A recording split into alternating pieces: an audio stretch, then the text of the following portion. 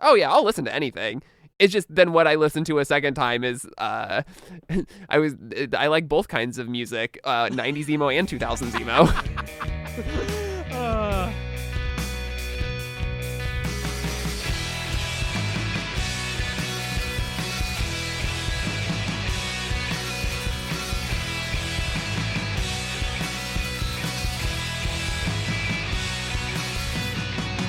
Welcome to Noise Floor, a podcast about music and our favorite artists' discographies. I'm Troy Sennett. and I'm Matt Kistler. And today we are finishing up our Bright Eyes series and our year on this podcast, talking about Bright Eyes, a Christmas album.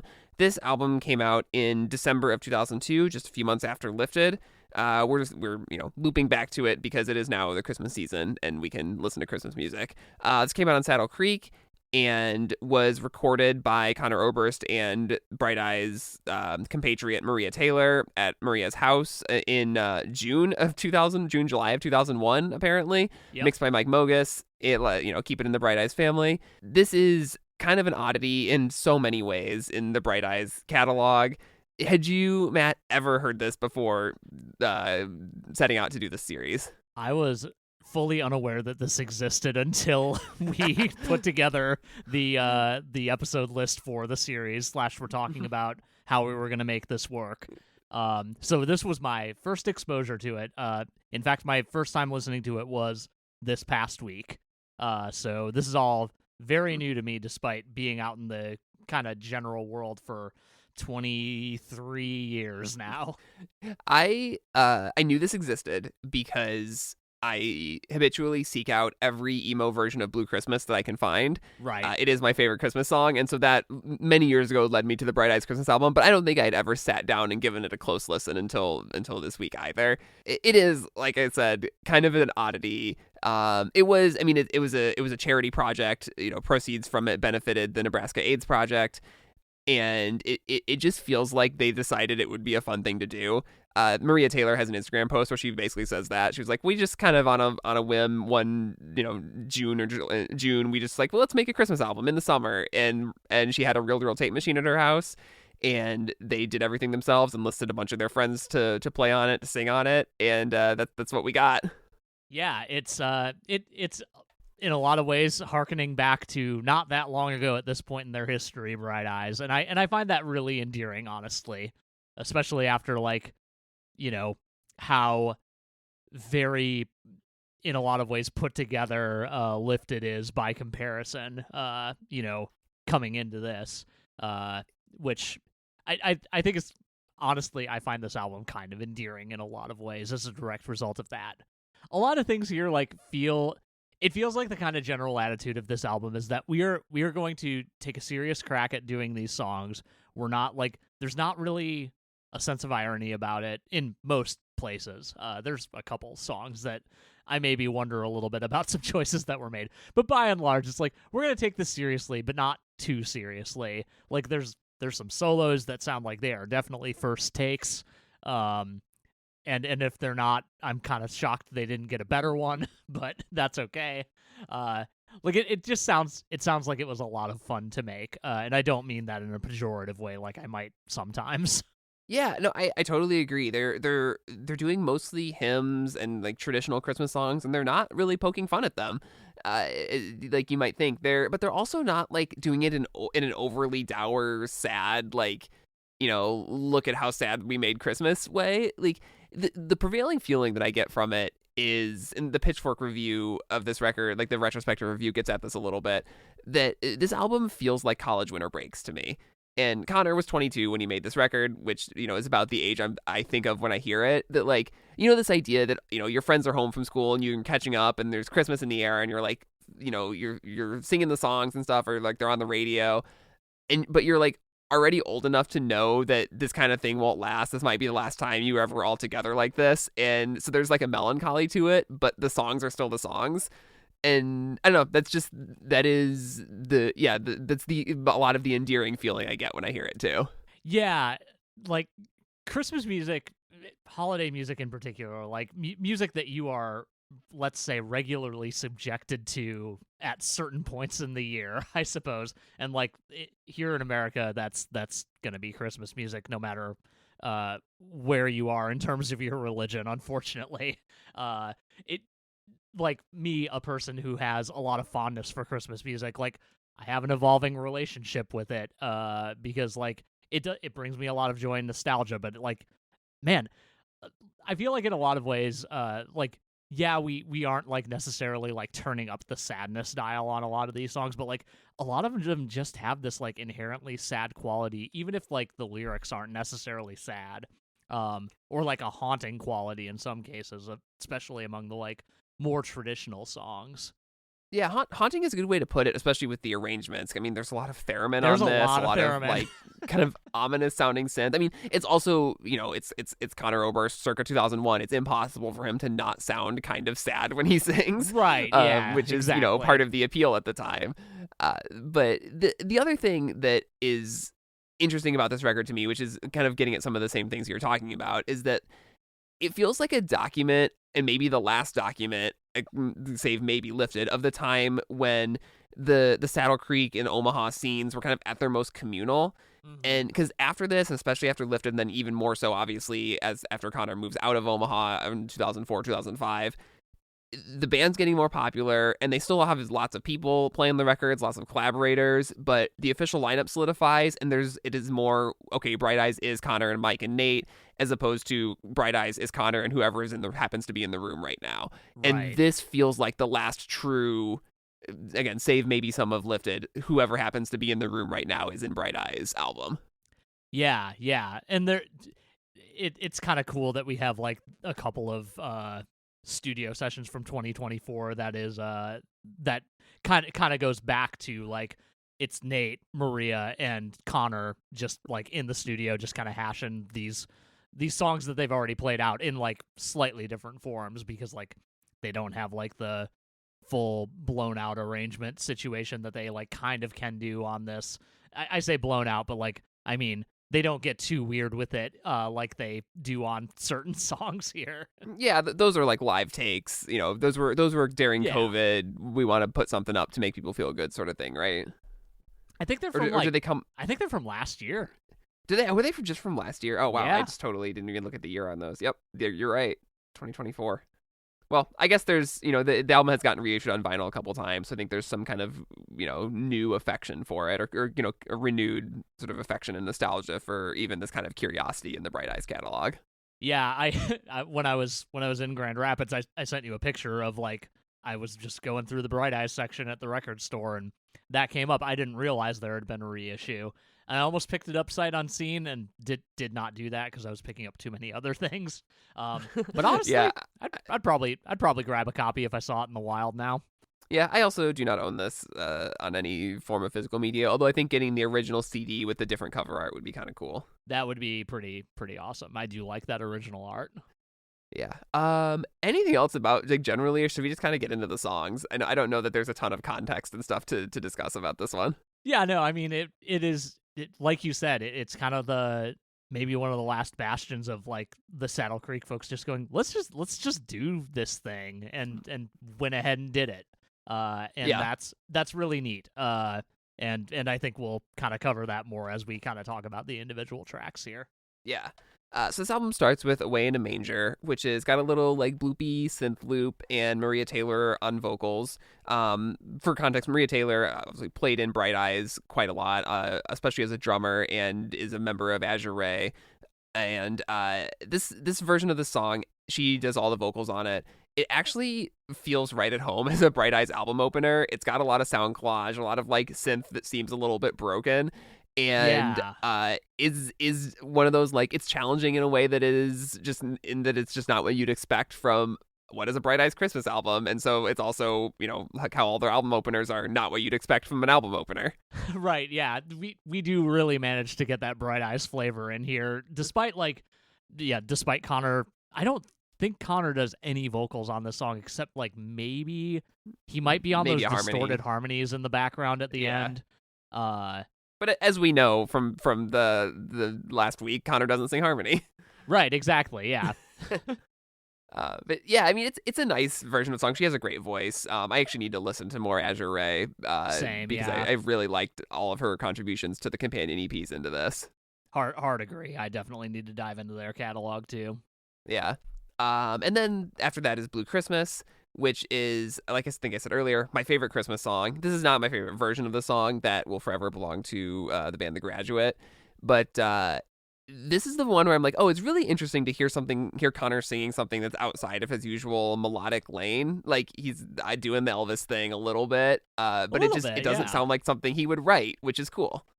Yeah, obviously Blue Christmas being a sad song about Christmas, like it does feel like it has to be on this album.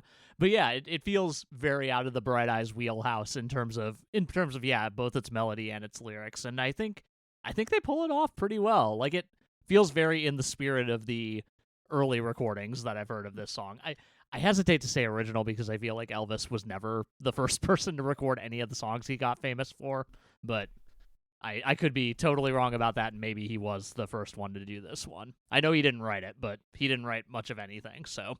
Most famously recorded by Elvis Presley, but there are a number of versions before that, I believe. Yeah, that tracks.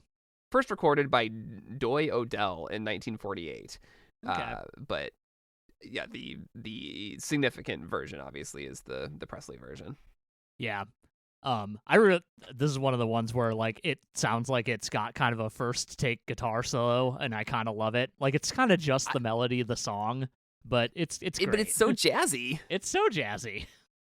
Yeah, I really like that little middle section with the guitar like melody there. Yeah. This one absolutely goes on my emo Christmas playlist that I maintain and update every year. That's wonderful. You must share that playlist with me because I would like to hear more. I will do my best, but sharing playlists is hard across streaming services, unfortunately. That is completely fair. That said, I have never heard the Graduates cover of this song, and now I do want to check that out. I will send that to you after we're done recording. Thank you much. All right.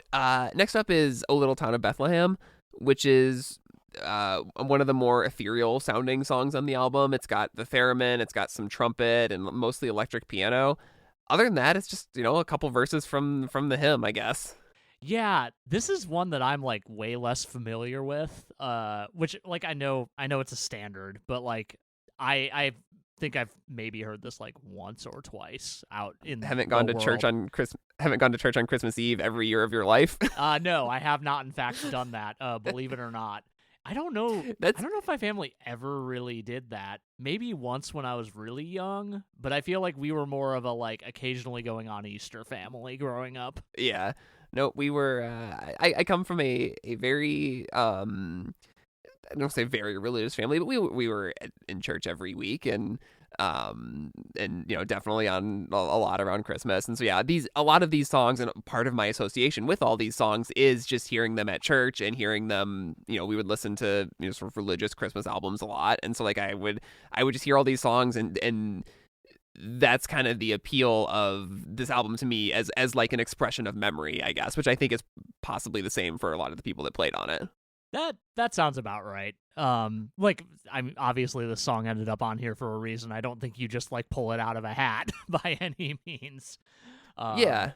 But yeah, like I love the arrangement on this one. Like like you said, it's really ethereal. Like the piano is really swirling out there. We get another like nice little guitar solo, some brass, more theremin. Yeah, I think it's really neat. I do also, I feel like little melodic bits are like either borrowed from God Rest Ye Merry Gentlemen or were borrowed in God Rest Ye Merry Gentlemen. I don't know which one was written first. I believe this one was written first, but I will look as we get into God Rest You Merry... Nope, God Rest You Merry Gentlemen is way earlier. It's like 100 years older. But yeah, obviously a lot of these, these hymns are kind of in conversation with each other, and they're all sure. very similar melodies and stuff like that. Yeah, I just found it very interesting because God Rest Ye Merry Gentlemen is the next song. Yeah, and then they do it in a completely different style because it's upbeat with a full rhythm section and lots of like there's some banjo in there maybe. There's actually a lot going on in this recording, unlike most of these songs that are much more sparse. Yeah, for sure. And the other thing I guess is they're really, these songs all have many more verses than people realize. It's Oh usually yeah. at church you're just picking out a couple of them, and that's kind of what they do on this record too. Usually like just the first verse and the last verse, or the first two verses, in which this is similar. They get in and out in under 2 minutes on this one, and a lot of this album is just, this is very much like the shortest Bright Eyes album, if that even counts in that metric. Yeah, interestingly, like I feel like most of these songs don't overstay their welcome. There is one later on that I am like, Oh, this sure. feels too long, which we'll get to eventually. Yeah.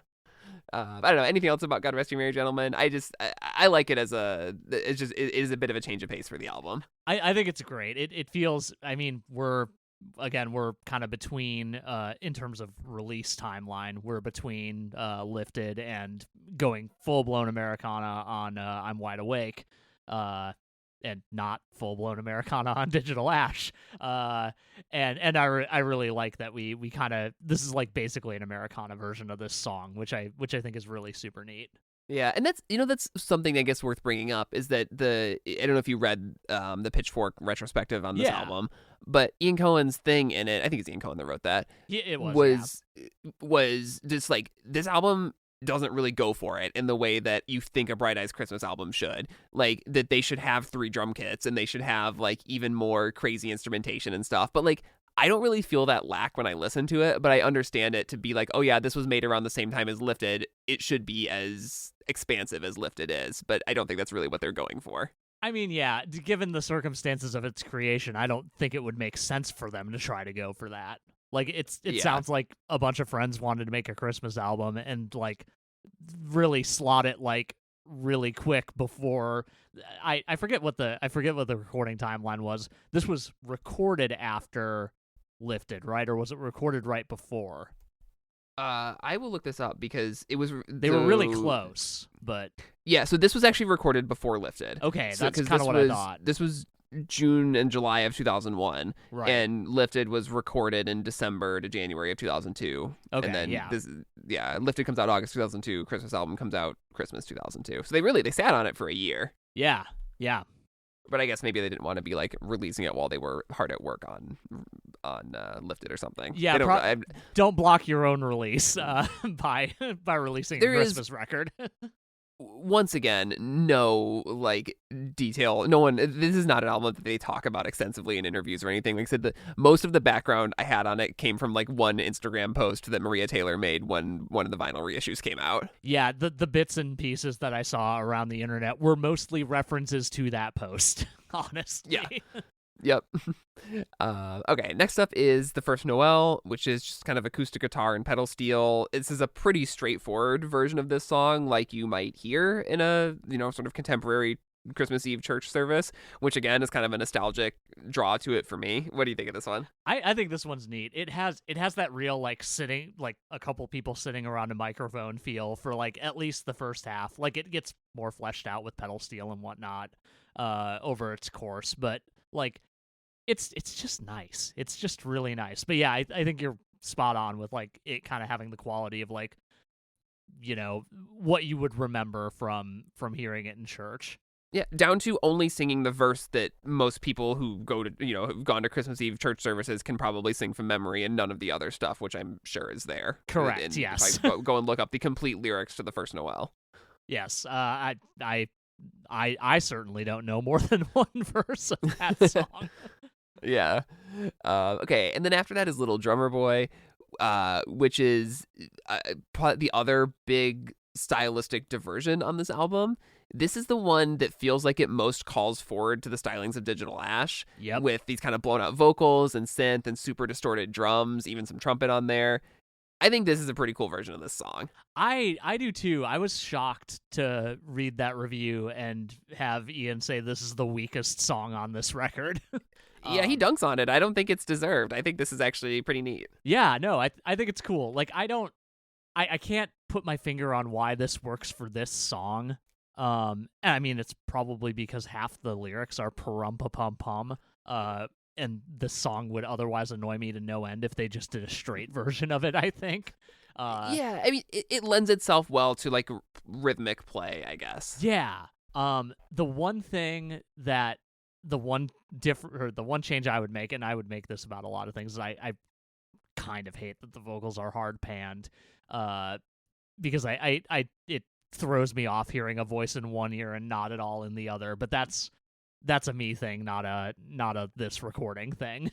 Yeah, that's a Mike Mogus, figuring out how to mix interestingly at this point in his career. Just get like do like 85% in the right ear and like 15 in the other ear. Just give me a little bit. It's fine. Don't worry about it. No, it works out. I think it's a really neat version of this song. Yeah. I'll probably throw this on my emo Christmas playlist too. I think that's probably a good call. Next up, we got White Christmas. This one is another one with just Maria Taylor on vocals and acoustic guitar. It's the shortest song on a record that is generally, in Bright Eyes terms, very brief. Any thoughts on this one? No, it's just really, it's a really nice. It's just White Christmas. Yeah, it's no fuss, no muss. We're in and out. The arrangement is not nothing to comment on, because I think it really works.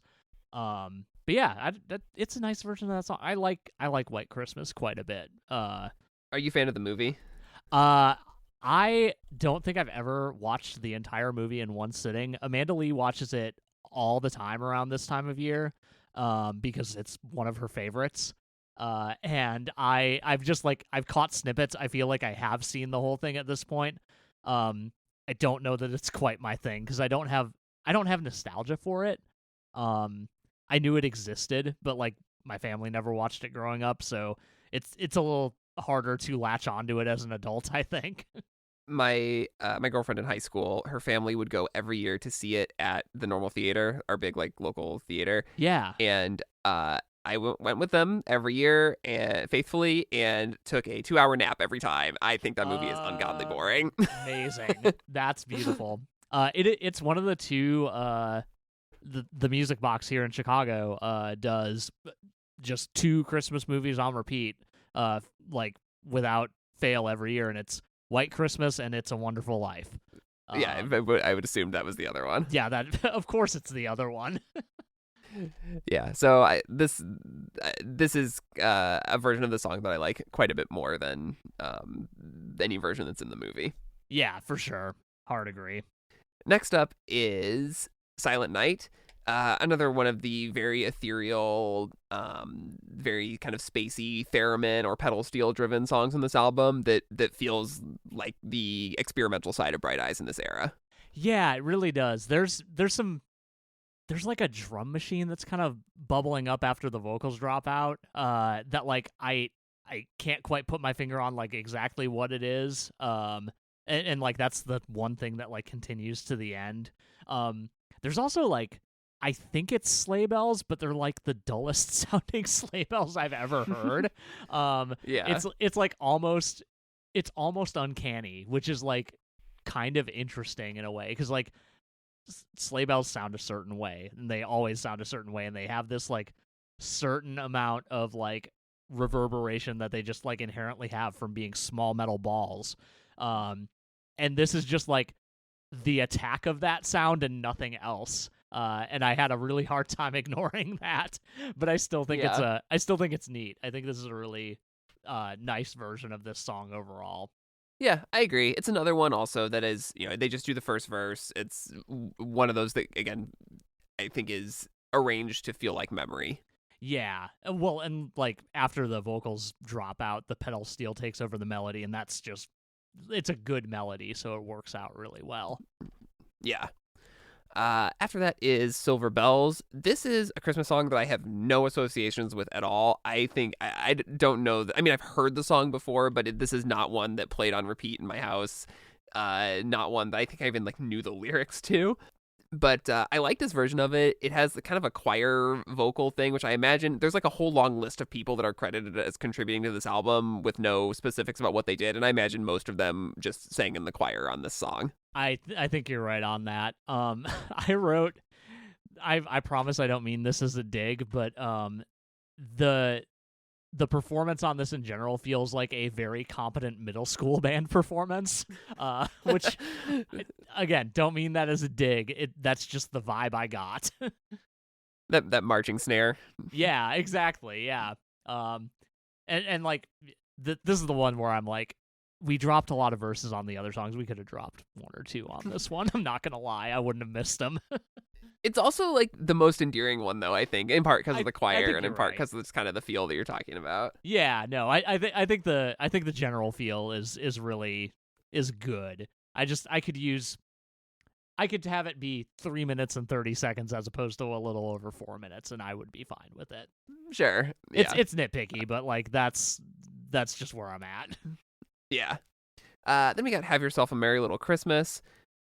This is mostly piano and cello in the melody. This song, I like this version of the song a lot. It was used in the movie Krampus, which is an utterly abysmal Christmas horror movie. I have not seen that one, but it's one I'm going to watch someday. I think that movie, whether accidentally or on purpose, is has this very, very upsetting through line to it about how your like racist conservative gun-toting family is right about everything. No. Never mind, I don't want to watch it anymore.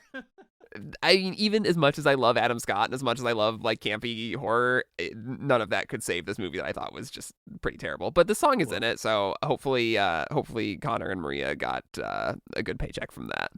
That would be great. Connor's really lower range than he really ever is any other time on this one.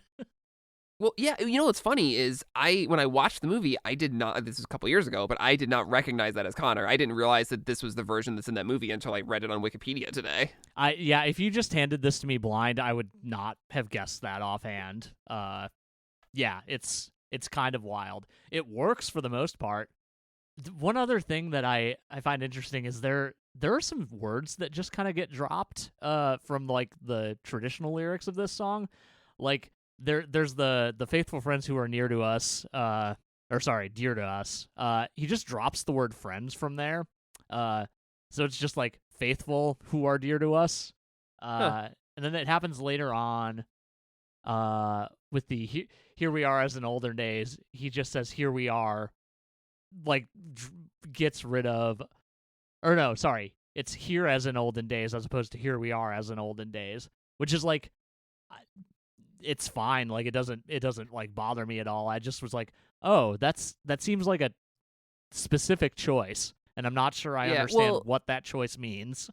So as I look at the I'm gonna cite a Genius annotation without without verifying it, but apparently this version, the lyrics are the slightly altered Frank Sinatra version, not the original Judy Garland version. So I think there's some precedent for the changes that you're hearing there. Interesting. Okay. Huh.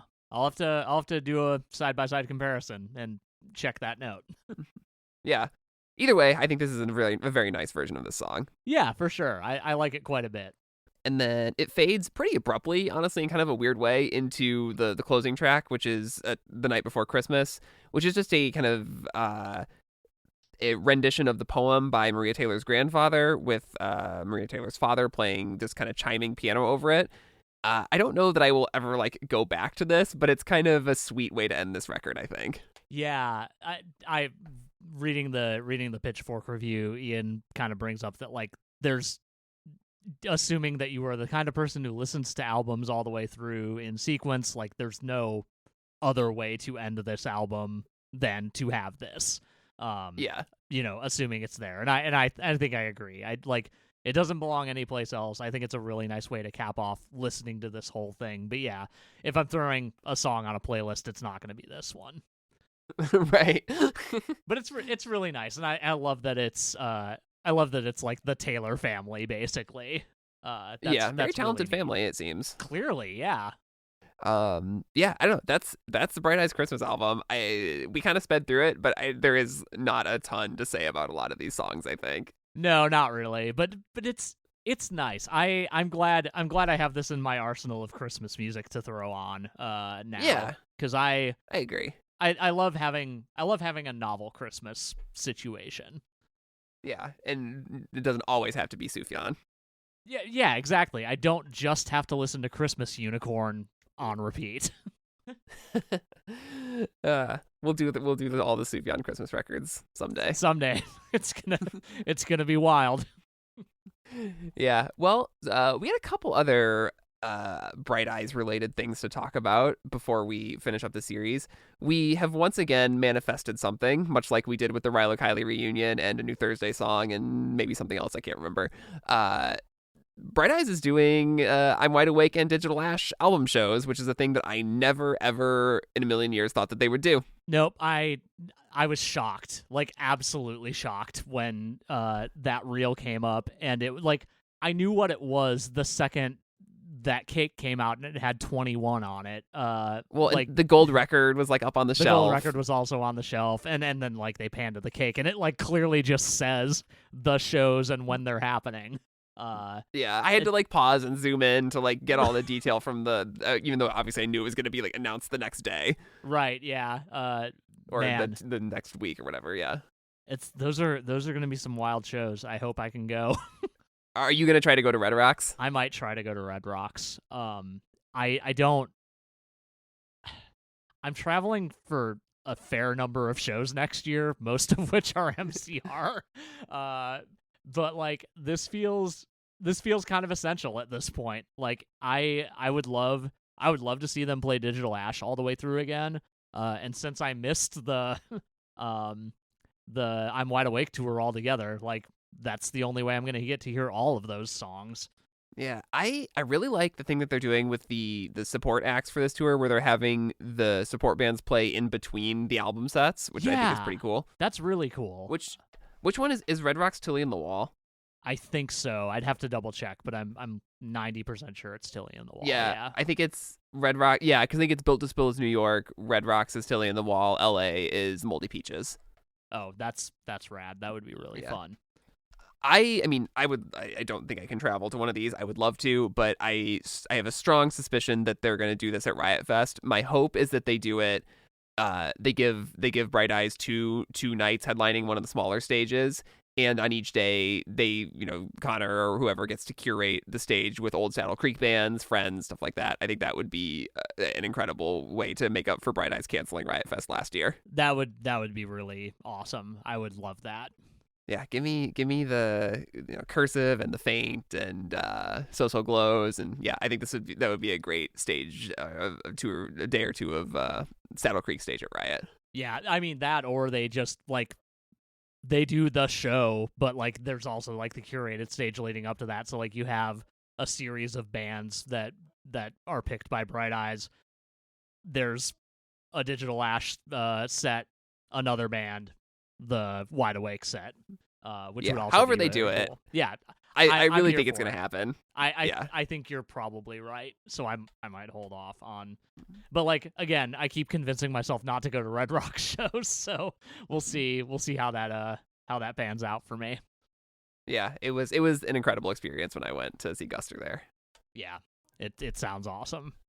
All right, and then I did something absurd, which is that I took every single Conor Oberst band or solo album and put them into the Chorus.fm ranking app to see what my overall ranking of all 43 albums and EPs that I felt like listing on this. I'm not going to read this list in full. I think that would be a waste of 3 minutes or whatever, but I'm very excited to see what the full list looks like, but I'm also excited to hear whatever subset you decide to give us right now. Yeah. I'll give a couple highlights. In no surprise whatsoever, the three like teenage solo records are the bottom of my list.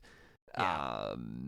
Christmas album, pretty low. I'm down here at number 39. Although I don't dislike it. I think it's interesting. It's just not as interesting as most of their catalog.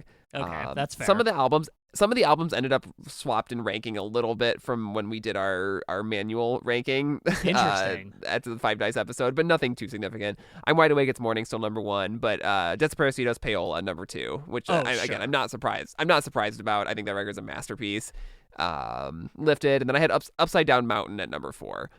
Which is like I talked about whichever episode is I think a really incredible solo record that I like, on the level with a lot of Bright Eyes stuff.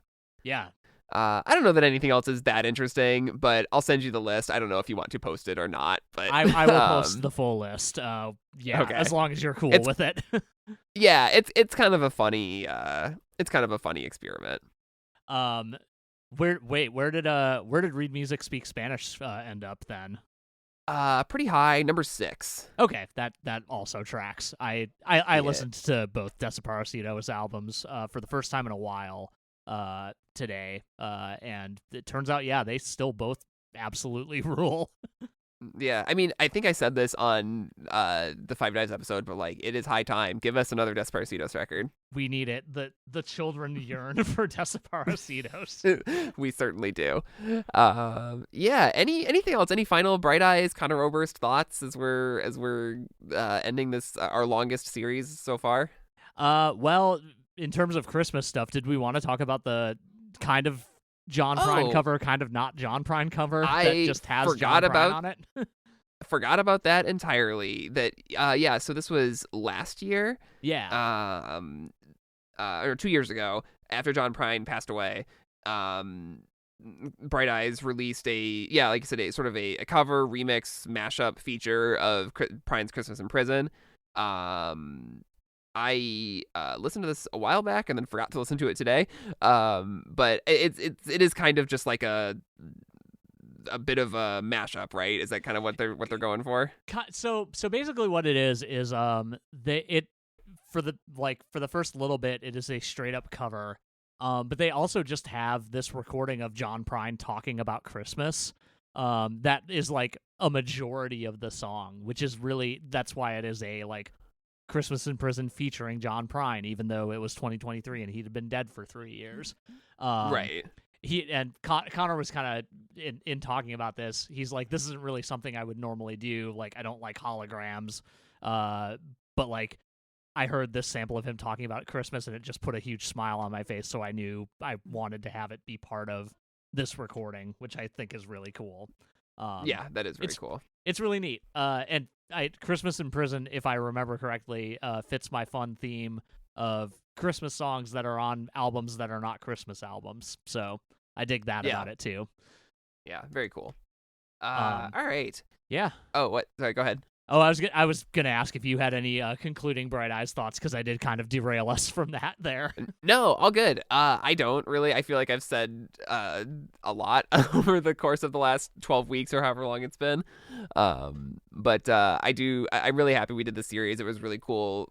Like I said at the beginning, getting to know some albums that I didn't really know very well, and rediscovering stuff that I loved about albums that have been important to me over the years. Yeah, I feel like my love for this band has really been reaffirmed after like kind of not like being super hot on them over the like last few years. Like I think we kind of talked about it in the last couple like proper album episodes that like I'd listen to the album and be like, this is cool, and then just kind of move on. And I feel like I'm gonna be digging a little deeper on the next few things that come from this band. And they'll be a high priority for me to see live again whenever they come through. Oh, yeah, for sure. All right. You got a random recommendation for this week? Yeah, it's not so random this week because I'm going to kind of keep it on theme. And perhaps surprising no one, my recommendation this week is Muppet Christmas Carol, which is the greatest adaptation of the Dickens Christmas Carol that there is. Mostly because it has a lot of Muppets in it, but also partially because it has Michael Caine doing the most acting anybody has ever done. And having the most fun that anyone has ever had. Truly. I have maybe unsurprisingly turned the Noise Floor Instagram into kind of a just like fun shit that I like feed on accident, and now I'm just like literally only getting served Muppet Christmas Carol content. So that's very nice to have at my disposal. But like seeing some of the behind the scenes stuff and like the interviews, that it just seems like everyone's having a great time. I did not see this movie in full until embarrassingly recently too. So if you're like me and have made it to adulthood without seeing that movie, go fix that. Unless you dislike Christmas, in which case don't do that to yourself, but it's still a delight. Maybe just go watch the regular Muppet movie instead. It was the frog's idea. Great movie. Great movie. What do you got? I'm going to recommend a movie also, but it is not Muppet Christmas Carol. It is much darker and weirder and more sad than that. This is the new Yorgos Lanthimos movie called Begonia.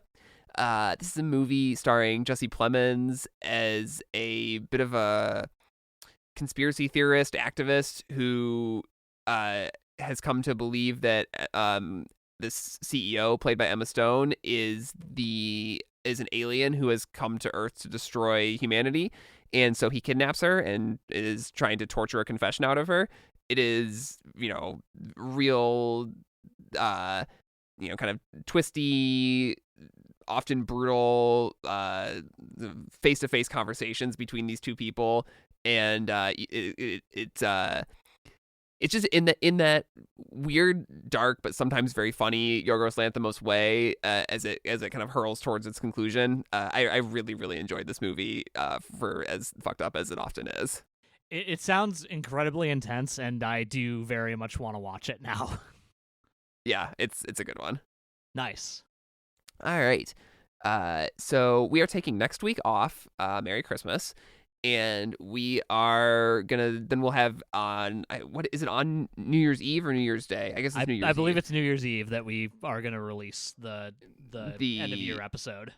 Yes, the end of the year, New Year's Eve will be our top 10 albums of the year.